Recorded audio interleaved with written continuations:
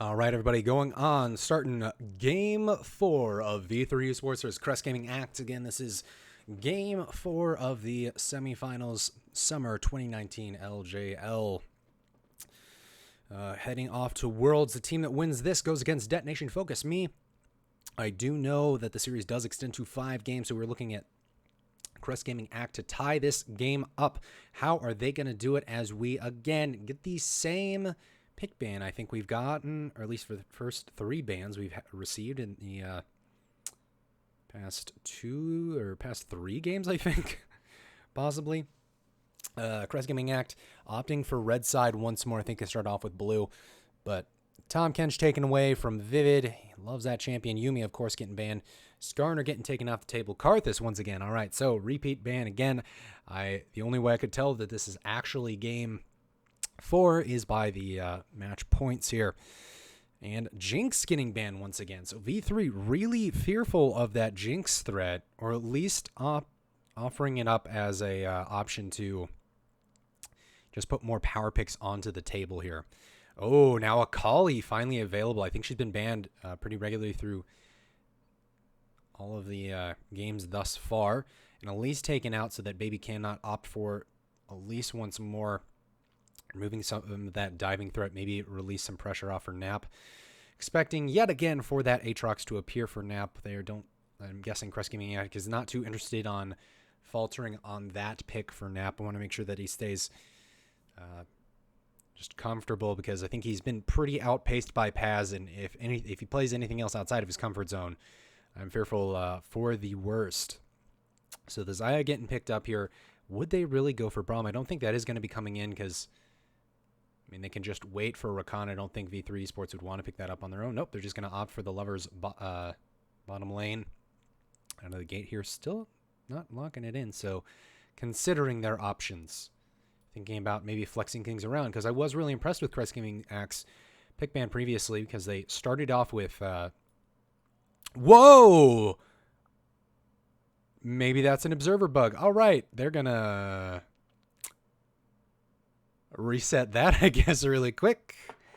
That was, I guess, a mistake to lock in the Yasuo. I'm trying to think. Let's see, Rakan, Yasuo, maybe a panic pick right there. Imagine the picks will probably be the same. I unfortunately am not going to know the results of that. It's just like, come on, like, just lock in your champion. That seems. Ooh, I'm interested in to see how the champion picks are going to fall out from that. I imagine they'll be able to just pick off that position, and imagine pick ban will probably be the same. Well, it would have to be up the same to that point. I'm going to go ahead and see if we can go ahead and skip through. Oh, goodness, it takes a while to get back in a champion select. A dry run of 4 minutes. Dear Lord. Nearly. Let's jump up a little bit as we explore through here. Come on. Where's that pick ban? It's around here somewhere. All right, starting off the same. We're going to just keep skipping around here, and hopefully Twitch stays alive this time. Kali, Xayah. All right, great. Who are we picking for Shen? That's different from everything else you looked at. I don't know how you end up with Yasuo, but I do like the Shen pick here a lot instead of going for that Aatrox. Give some more survivability. We talked about in the previous game. I want to see Dr. Mundo, maybe Shen, showing up towards the top side. Mundo has been appearing in the jungle a bit more often, but that Shen going towards the top side, considering Nap's been getting kind of shoved in pretty hard, give him some more safety, able to help out the other parts of the map. If you can't sort of defend against Paz, if you're going to keep getting run down, maybe jump out somewhere else on the map, try and help them out. Maybe help out your bottom lane so that they can actually go ahead and maybe get an advantage against that bottom side of the map. Although Yaturi Mash getting his favored Ezreal. V3 Esports fumbling around. I do expect that Aatrox to get locked in so that Crest Gaming Act can't do anything funny and maybe flex that Shen over to could go to the jungle position, honestly. Or flex it around anywhere, but gonna just take that off the board. Now Nap gonna have to go to a different champion this time around. Do you think Kiana could get locked in here? Still high priority champion. It is a bit of a skill matchup between the Akali and Kiana. We do see bruisers getting taken into the Aatrox, so could see some flexibility in that lane. Instead, going to go for that Gragas for Hachimecha. Champion that he does favor, although I was not a fan of how he played it in the previous game. I want to see him be a tad more proactive and throw his weight around a little bit more. So we head into the second rotation. Bans here, supports still available, as well as some jungle options here. V3, a little bit of a flexibility here. They can move that Akali and Aatrox around, getting that Sylas off the table because they know that Baby played Sylas once, don't want to get him a champion again. Karthus already off the table, Elise off the table, so a lot of target bans towards Baby right now, as him and Paz were just kind of running the map in that previous game. Pantheon still fearful of Luna on the Pantheon. They want to remove that threat for him, that global pressure, getting multiple globals essentially. I mean, Shen's a pure global, but Pantheon's nearly there. The Grand Starfall want to remove that potential for cross-map plays, reduce the ease of that. Although Crest Gaming Act, if they wanted to, could maybe Luna could pick up, be a little crazy, get Twisted Fate for himself. Though I do think that is unlikely, more likely to think opt for that Talia that he had success with than anything else. But the Kiana taken out, so Luna cannot opt for that, although he did hover a while ago. I do like the Nautilus support here. A lot of nice tank line ability, a lot of ways to lock down the Akali so she doesn't just get to run around. Able to lock down the Ezreal, so liking that Crest Gaming Act wants to find ways to sort of lock down people. Worked for them in, I believe it was game 2 when they're running the Talia, if I don't have that backwards, honestly. This point. Whoa, goodness. All right. A Shyvana. Is that going into the jungle? How interesting. I mean, that must be going in the jungle for fast clears. I mean, I would assume that, that must tear through jungle camps much faster. Shyvana has that moniker of just being one of the fastest jungle clears, but she doesn't have a lot of strength early on. She's squishier than Gragas, that's for sure. But she does have some decent scaling, not a lot of CC offering.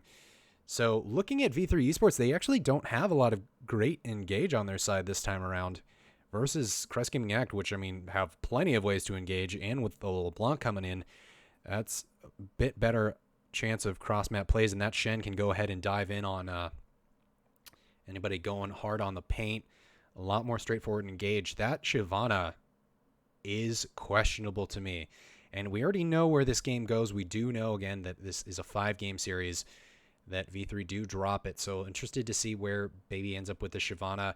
We saw him not be very successful on the Sylas, and this is another kind of off-the-wall champion for him. So interested to see the fallout of this. Very intrigued. Just not a huge fan of V3 Esports. They're going to have to do a lot of expecting Iceborne Gauntlet come out on the Ezreal. A lot of kind of fumbling around and trying to let the other team engage into them. And teams like that, I would much prefer something more like having a Gragas on your side so that you can disperse those fights and disperse those targets that are running onto you. But that being on the other side, it feels a little bit more comfortable for Crest Gaming Act. So let's go ahead and see what happens in this match around.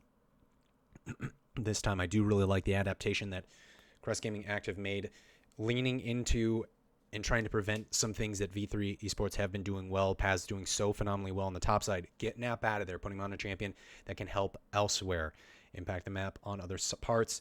Try and slow down the Ezreal, Yutari from feeling comfortable on the Ezreal.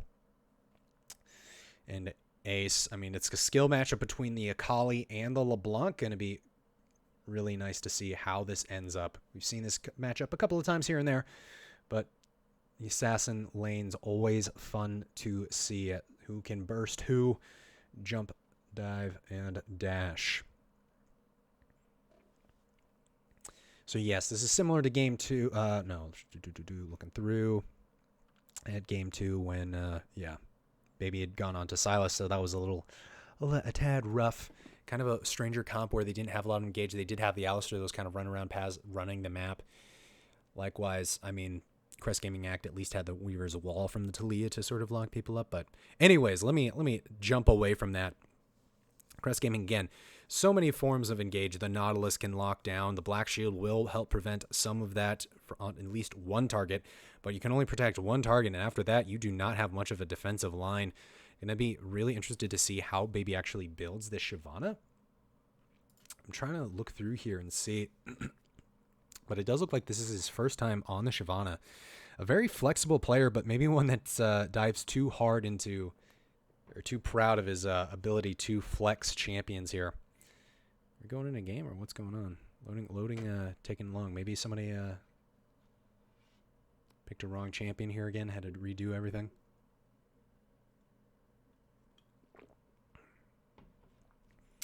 But overall, this series, been really feeling pressure from V3 Esports. Crest Gaming Act, sure, they've gotten a win on the board so far, expecting this. We know they're going to take this one. I think it's, I'm going to say Champion Select might be doing that. I might be biased on the information that I know, which is relatively unfortunate. But it feels like V3 have just been making the more proactive moves this series so far. Crest Gaming Act just kind of shuddering at different points when they really should be going all out. I mean, the one win is only the second game in the series, but I really want to see teams sort of turn it on by game 3. And we saw V3 Esports do that. Crest Gaming Act, though, still just not there. Kind of just fumbling around. Not been a big fan of what they have done so far.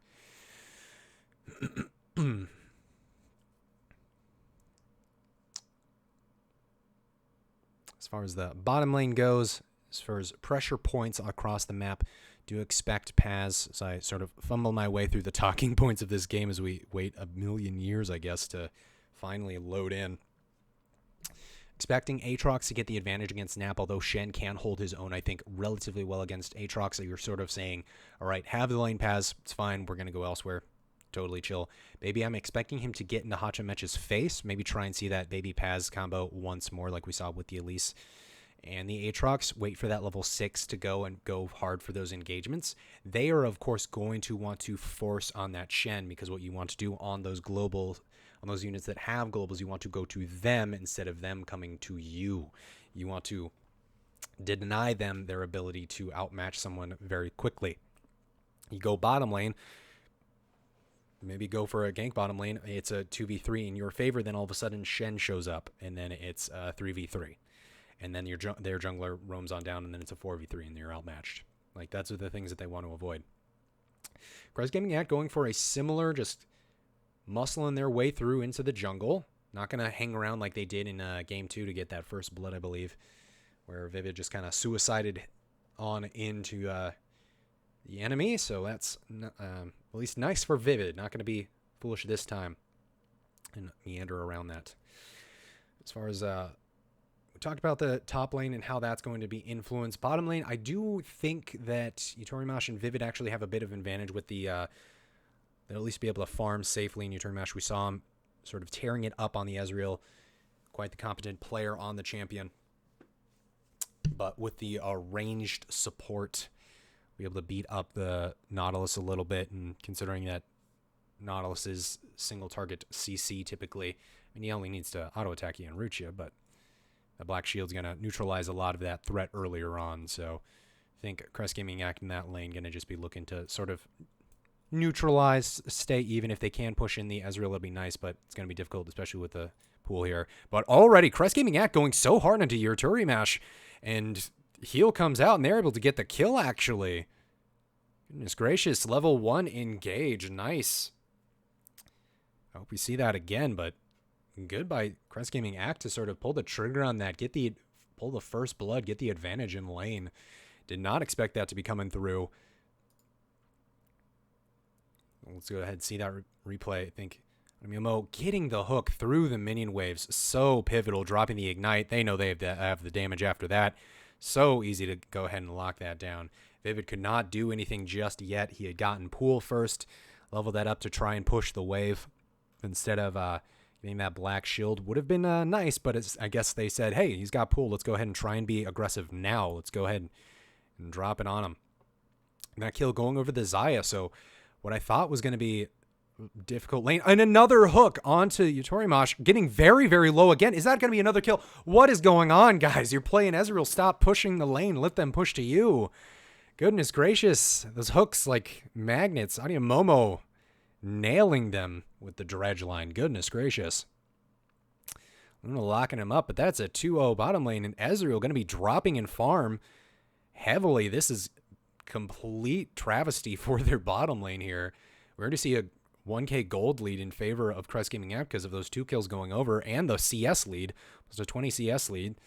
And Hachimecha already looking for a dive bottom. Baby right behind him. So this is going to be really fast. Snap going to get the taunt. Nice, clean kill secure. So Hachimecha finally being on the aggressive side.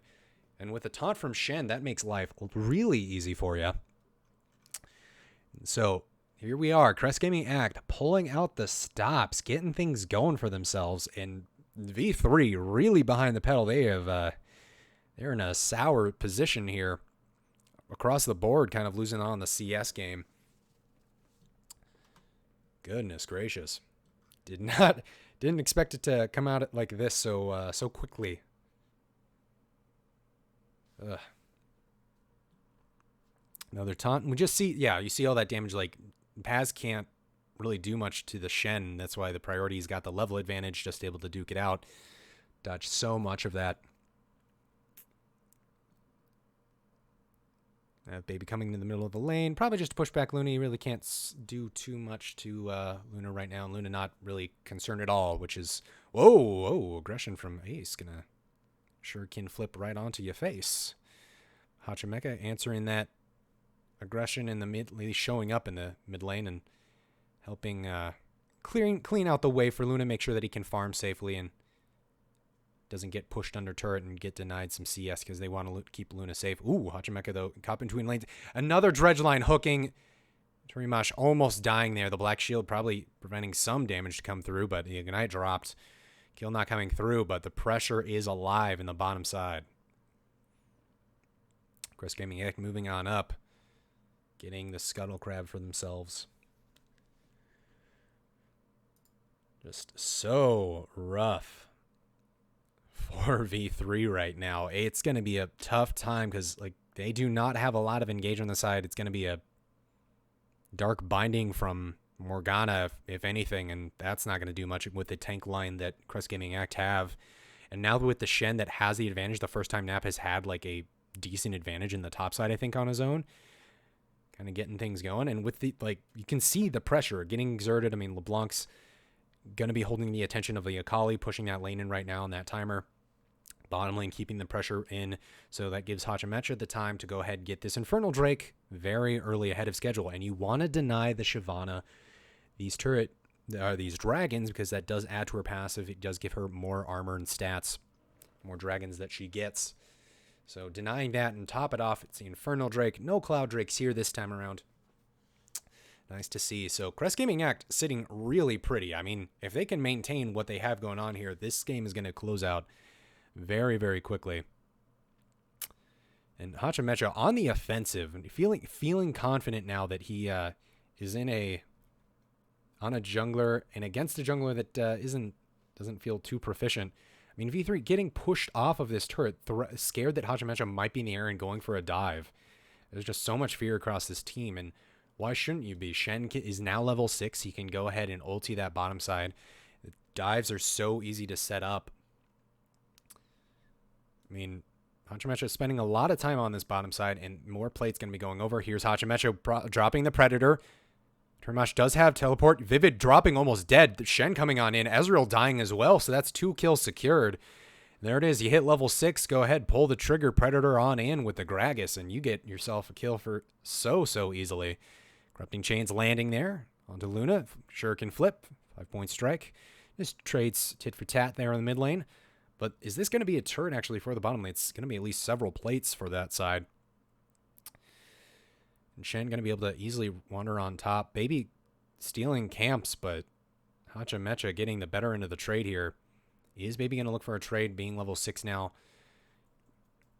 Paz at least getting some CS lead for himself. So this is what we wanted to see. We didn't want to see, like, in the previous game, it was unfortunate that Luna did carve out an advantage for himself in the mid lane. So they know that he's level 6. The lane's kind of neutralized. Shen's going to move on back. Hachimecha pulls the trigger on the dive. Does so much damage to Vivid. Just level 4. So squishy compared to like a level 7 Shen coming on in that does a decent amount of damage, who now has Tiamat, likely looking for that Titanic Hydra to make it become a split push threat. Just so much more gold now. Goodness gracious, Thomas. Stock. About a 2k gold lead already out of the gate. Rift Herald spawning in a minute 30. Hoping to see Crest Gaming Act, with all their proactive plays, make a move for that early on. They do have a teleport onto the Xayah if they need to catch that wave. Ooh, do not face check that, please. That felt... suppose it felt safe with the... jungler being there, but that felt a little scary. I suppose you were probably faking it out that, hey, jungler's just isn't right here. But did that ward actually catch? I think that ward actually did catch Shen. So Crest Gaming Hack sort of playing dumb here. It's actually a nice ward by Crest Gaming Hack to have right outside that tri-bush that the control ward's not going to see. So V3 confident, going to drop a ward in. Nice. Ooh. The dredge line through onto the Ezreal, but the phase shift able to buffer that move for himself. And very scary. A lot of posturing here, and Shen's ultimate not up just yet. Hopefully they do have the timer on that so that they know. Ooh, he's taking a lot of damage. This is the other advantage of Shen, is that he has not been played a lot or very frequently as of right now. And just look at all that damage coming out. I mean, yes, Paz is returning it with the Darkened Blade. Cannot deny that, but Shen can comfortably go into these trades. Nap can take these a lot more willingly and does have the Tiamat for sustain, so he's comfortable with kind of duking it out just a little bit, at least sustaining. Baby on the other side, Luna does go in. Baby waiting the perfect time to go on in and dash on in. Luna doing what he can, trying to jump around, but Baby able to secure the kill. Ezreal trying to support with the True Shot Barrage, but doesn't matter. Kill gets secured. Oh, and is it Vivid's turn time to die? Yes, it is. That is 5 deaths total in the bottom lane. This Nautilus, I don't think, is going to be available for the next game, because Adiomomo is on another level right now with these, with just the hooks. It is crazy. But I did like that play in the mid lane. A lot of patience, just waiting for the Luna to make a mistake, just jumping forward, jumping back. Easy to figure out where LeBlanc is going to be ending up. Just jump on over, transform to your dragon form, secure that kill. It was a little bit sloppy because LeBlanc made it a bit difficult with all that distortion and such, but nice stuff by V3. Did like that they had started Rift Herald, but they did pull back, so kind of disappointed by that. Nap getting close to teleport, gonna base for now. So more pressure handed over to Paz, but this is what we expected, him to get some turret plates here. Excuse me. So just waiting for an opportunity. Luna getting confident that he thinks he can get Ace, but Ace actually dodging out the distortion damage with that shuriken flip. Or maybe it was the ult. It's always hard for me to tell. But going to secure that kill nice and easy. I mean, that's about as good as it can get for you with the Shyvana and Akali, I think. But then Nautilus turns right around. Says, there's stuff going on bottom. Doesn't matter to me. Just dredge line at you.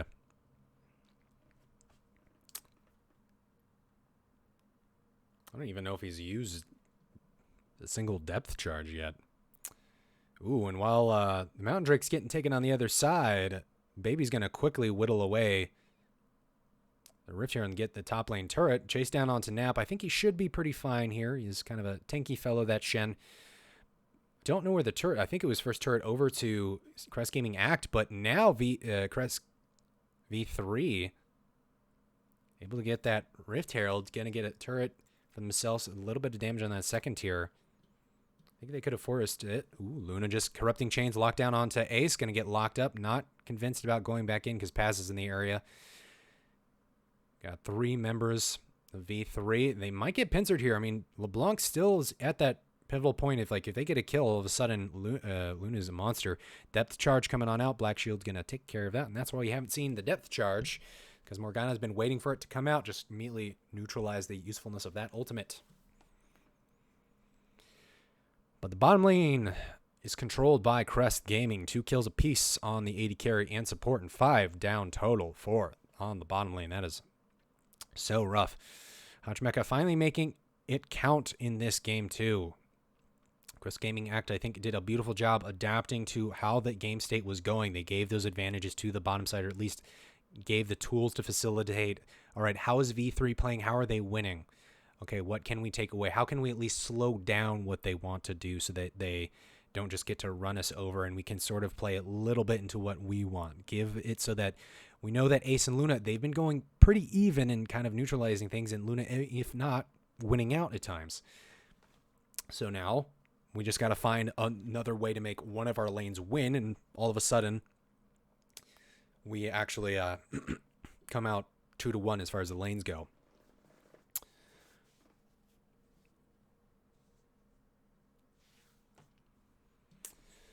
So gold still well in favor of Crest Gaming Act. V3 just want to probably get some picks for themselves here and there. Because again, they don't have a lot of engage. It's a dark binding at most. Maybe an Aatrox flashing in with a darkened blade or something. Maybe an Iceborne Gauntlet. I'm assuming that Sheen is going to be transferred into an Iceborne Gauntlet because they do have the damage supporting them, but not a lot of any ways to CC or slow down people. No item complete on either of the mid laners just yet, but that essential Essence Reaver onto the Xayah out right now. Keep that cooldown low. And turret plates are now down. We see Baby on the flank. They do know that the ward is there. It's just 2 members. I'm curious why they didn't pull the trigger. I'm assuming that they just faking aggression here, making V3 think that there's more members than there actually are. It felt like that was a pretty easy trigger to pull otherwise.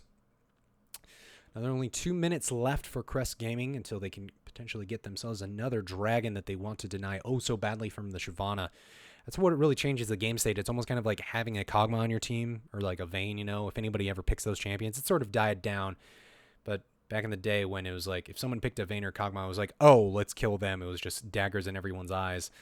And similar to that, it just makes a clean-cut sort of objective for the other teams. Like, all right, do not let the other team get dragons. Well, typically, yes, you want to say that anyways. Sometimes you let dragon here, dragon there fall through. Luckily for Crest Gaming Act, there have at least been dragons that they really do want to fight over. It's been Mountain, it's been Infernal. Very high-priority dragons. The highest priority dragons out here on the field of play.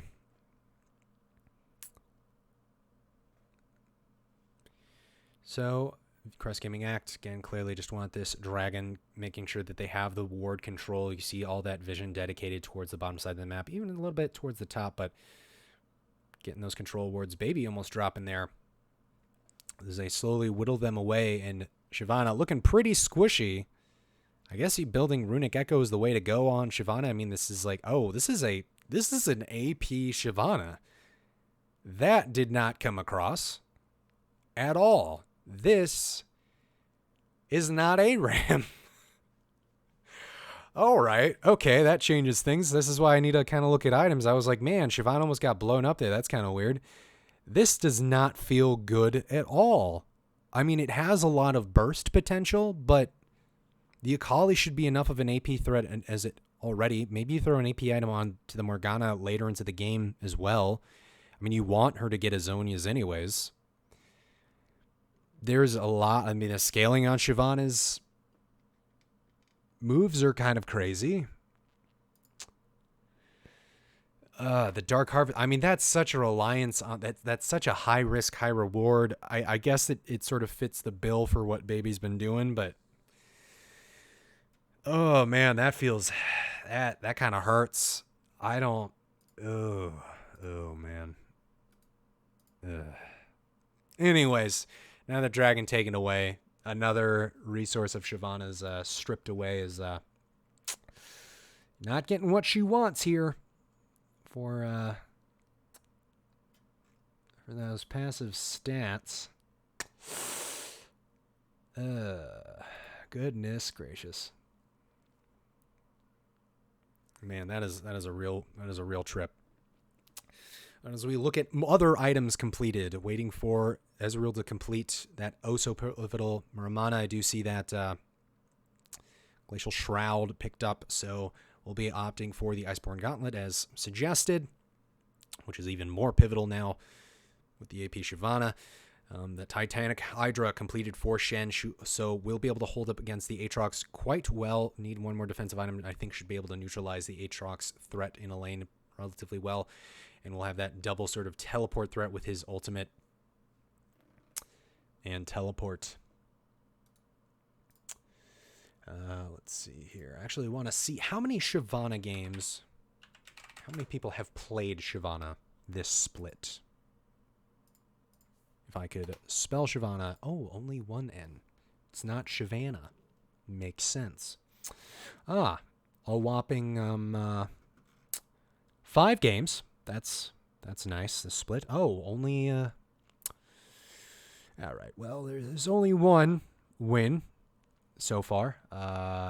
It's not a pick that's chosen to. I guess it was picked a couple of times last month. Another time in the LJL. G2 picked it up. That's nice.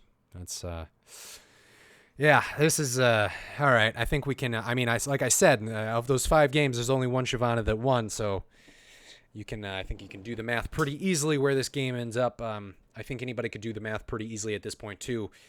Is Crest Gaming Inc. We're just able to easily go ahead and maul that out, and you see these trades from Nap now with that Titanic Hydra beating up Paz, getting better into the trade in this fight now. So I do think one of these picks, maybe I might actually say that Shen is likely to be picking up the ban here from V3. Or V3 will probably be banning the Shen to sort of push Nap to one of his worst champion picks. We know that Paz has been able to take control. If Paz has an extreme advantage in a lane, he can almost take the game over. So we want to allot that again. So I'm assuming that V3 is probably thinking that right now. Probably also thinking that they'll never pick Shyvana again, which would be great, or at least I can't even really defend it. Maybe if you have Nautilus, but like I don't know. You need something with Engage, not a Dragons just Descent kind of run at you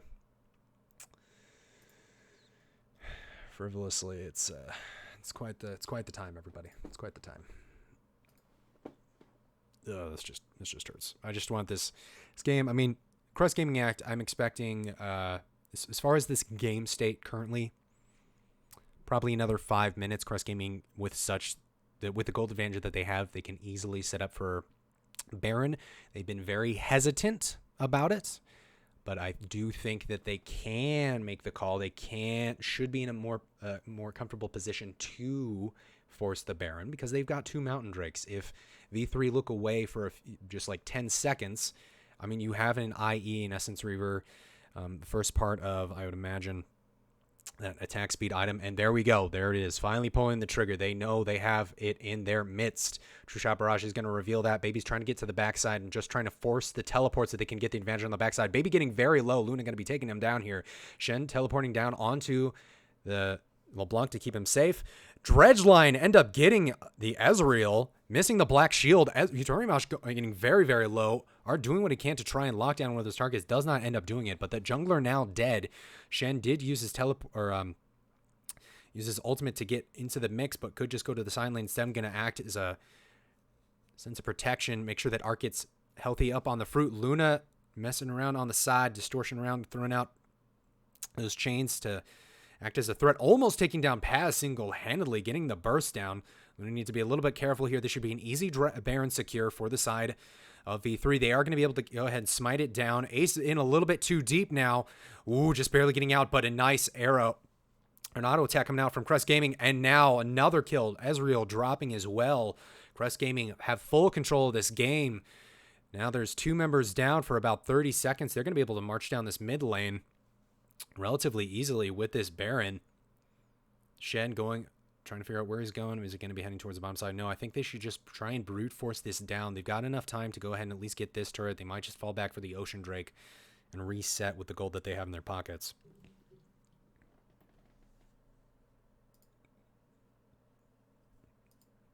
Goodness, good stuff by Crest Gaming Act this time. Feeling nice now, feeling confident with the champions that they have. Finally leaning into what they wanted to get going here, or like at least denying what V3 wanted. I mean, still think Shyvana plays a big key in it, but Crest Gaming Act's acting off those mistakes relatively well. Stand United drop down onto Luna, keeping him safe against that Shyvana burst. Dredgeline, which didn't even seem like it went through, and the depth charge, did that actually... That looked weird. It looked like that depth charge, maybe it was just the auto attack from the Nautilus animation. It looked like the depth charge was on the Ezreal, but wasn't sure exactly how that came through. Luna doing a good job fending off the side of V3, keeping them distracted. I mean, without a smite, this should have been very easy. Again, they had 2 Mountain Drakes. You see how quickly they just shredded through that. Even the first time they started it, they just so quickly. With this replay finishing up, it looks like Crest Gaming Act making their siege once more, doing that 1-4 as they should with the Shen in the side lane. Stand United will be up again not too long. Dragon Descent used, don't know, I missed why that was used. Maybe it was just to clear the wave or hoping that something was funny was going to happen, but that was, I think 1Q, maybe the Corrupting Chains just dropping on a baby there. Ace on the backside, but they should know that he is there. And Luna going to jump on over. Corrupting Change does land. Luna waiting for the rest of his kit to get back up to reset on that. Shen did move towards the mid lane, so the 1-4 pressure has stopped for now, but another minute on Baron. So hoping the Crest Gaming Act can go ahead and rip open this base at some point, break it open. Maybe force a fight for themselves. Luna trying to find a target so that they can at least feel more comfortable about this. So the 1-4 is working. They are going to be able to get this turret, likely get that inhibitor. Shen moving on back to that minion wave. He does have Stand United in his back pocket. If there is an engage in V3, there's really no options for them to try and find a point of engagement on here. It's going to have to be a lucky Darkened Blade, Infernal Chains. I mean, what are your options here? It's going to be so easy for them. Another 30 seconds of Baron. This is going to be another inhibitor. I mean, they could go ahead and head out of here at this moment. And Ace maybe looking to go ahead and fight Luna. Still interested in getting something. Luna does get knocked up. Gonna get knocked down. Almost getting very low, but Paz is gonna get obliterated and disappear. Ooh, the Akali jumping on him with the shuriken flip, flying in onto the LeBlanc, but gonna get taken down in the end likely. Don't think I'm gonna have enough time to go ahead and jump out of that. Able to get the kill onto Luna, but I don't think that's going to matter because Ezreal drops as well. All the main carries are dead. It is just Baby and Vivid out on their own. And the Shyvana hasn't done much this game yet except maybe get a Rift Herald, but it's going to be a quick, easy end of the game for Crest Gaming Act, and Crest Gaming Act snaps back with the better pick ban. V3 need to get serious, rethink what they're doing and what they need to do with Baby. I think the priority is definitely get Baby and Paz set up so they can succeed, and then the rest of their team follows suit. But Crest Gaming Act, good on them. I don't think they're going to get the Shen back in the next game. If they can sort of play around that once more, I do think they need to let the Aatrox go. Give Nap a champion that enables him to just hold up against Paz so that Paz does not get just free control of the game. So... goodness gracious. Very nice, fast game 4. Glad that Crest Gaming Act didn't drag it out like game 2 here, but interested to see how these champions or how these teams go ahead and shift this time. And please don't go AP Shyvana. Man, that's just, gosh dang it, man. That hurt. Like, you 1 game away from closing out the series. You pick ban looks fine. You pick... I can't even right now. All right. I'll see you guys in game 5. Ugh.